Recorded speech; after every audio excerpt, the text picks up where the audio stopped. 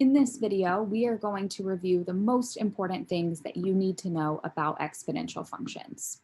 So I've got two equations typed into the Desmos calculator right now, and we can see on the graphs that the graphs are exactly the same, which lets us know that these two equations are equal. So when we multiply this one by 1, we are not changing the value of that equation at all. Now, notice on the graph, where is the y-intercept? And that is this 1 in the equation. So whether we write the equation with the 1 or without it, the y-intercept is still here at 1. Now, I'm going to X out this first equation, and we'll focus on the second one that has the 1 written there. And so again, that 1 is our y-intercept. So let's think now about what this 2 in the equation is representing. So I'm going to bring up the table of this function, and we can see some of these individual points on the graph. And if we're looking at the y values, we can look to see what pattern there is. And so we may be able to see here that this is multiplying by 2. So 1 times 2 is 2, and I'll write some of these numbers in as well. So 1 times 2 is 2, and 2 times 2 is 4. So then if we were to go further down in this table, so when x is 3, well, to figure out the next value here, we could multiply 4 times 2, which would be 8. So when x is 3, y is 8.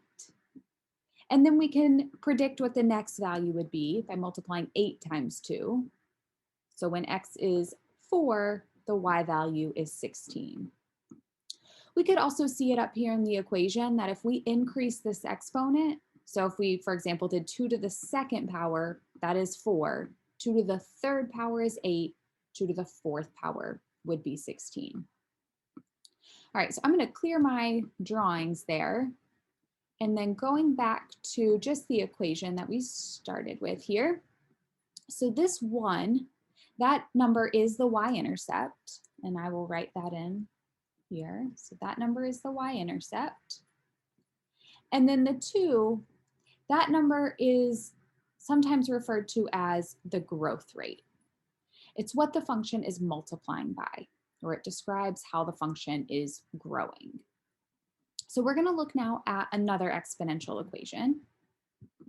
So we're going to look at the equation y equals 1 times 3 to the x. And so we can see now that we do have a different graph.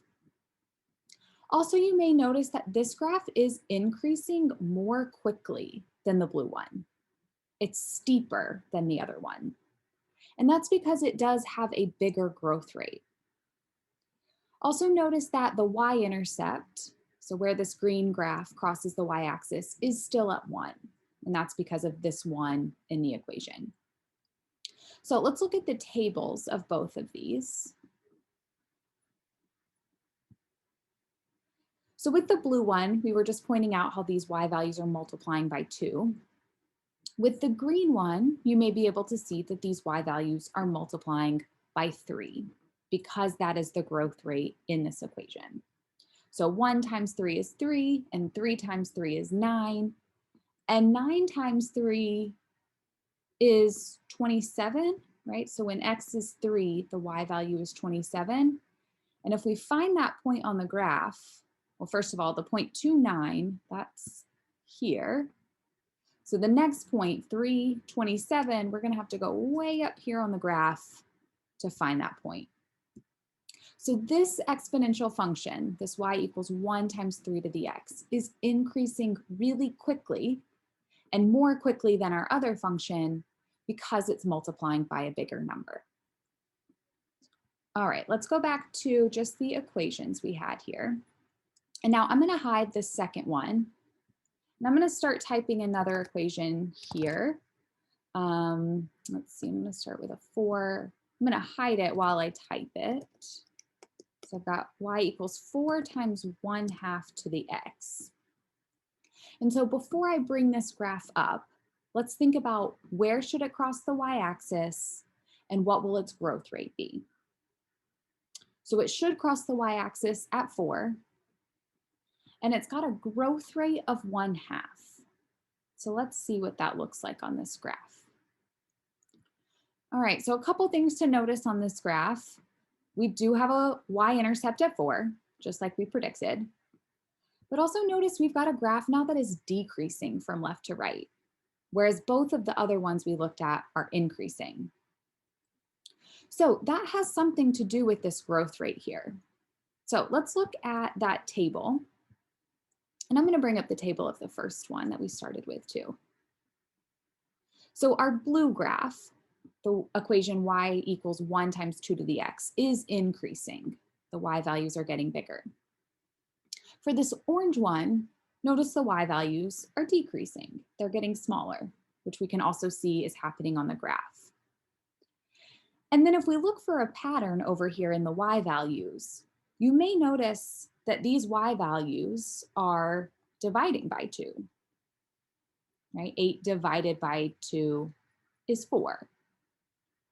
Or another way that we can think of this, dividing by 2 is the same as multiplying by 1/2, right? If you take the number 16 and find half of it, then you have 8.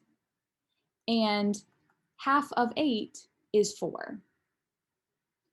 So when we're multiplying by a fraction or a decimal, but some number that's less than 1, we end up getting smaller and smaller values each time.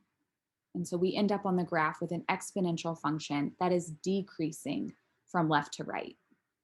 So when this growth rate, when this is a number that is smaller than 1, but also bigger than 0, right? This is a positive number, so it's bigger than 0, but it's smaller than 1.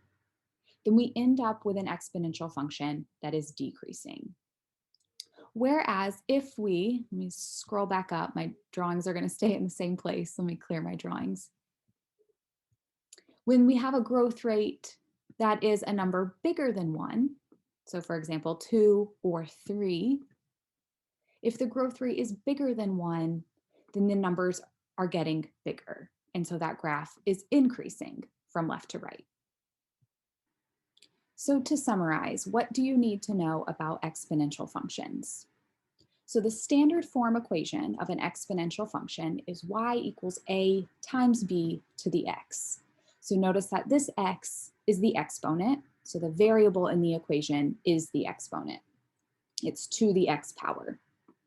And in this equation, a is called the initial value or the y-intercept. So that's where the graph crosses the y-axis.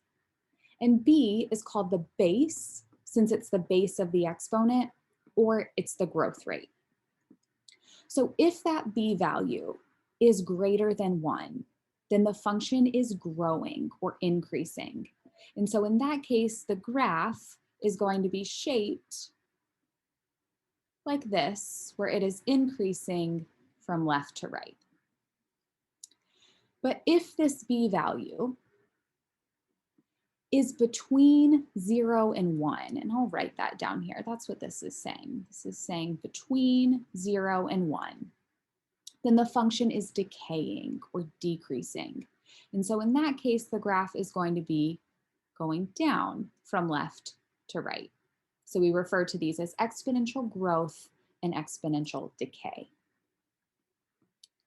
And then the y values have a multiplying pattern. So when you look at the table of an exponential function, you will see that the y values are increasing with a multiplicative pattern, or that's just a fancy way of saying that these are multiplying by whatever that growth rate is. So in this case, multiplying by 2.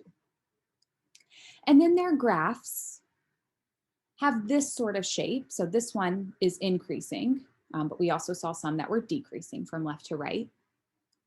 And the graph has a horizontal asymptote, but not a vertical asymptote. So we learned about rational functions having vertical and horizontal asymptotes. So on these graphs, as this graph continues to increase, it is increasing forever and ever out towards infinity. But it is not approaching a certain value. So this graph is continuing to increase out and up. It is not approaching a vertical asymptote. It is not like straightening out like we've seen on a rational function. But out to the left, the graph is leveling out. It is approaching the x-axis. That is the horizontal asymptote down here right on the x-axis. So we were pointing out in the table that these y values are multiplying by 2. If you were to go backwards in the table, then the y values are dividing by 2. 4 divided by 2 is 2, and 2 divided by 2 is 1. And as you continue going backwards and dividing by 2, so if you did 0.25 divided by 2, you're going to get a smaller decimal. And you'll keep getting smaller and smaller decimals, but you'll never get 0. And you'll never get something less than 0, right? You would never get a negative. So out to the left, this graph is getting closer and closer to 0, closer and closer to the x-axis, but never reaching it.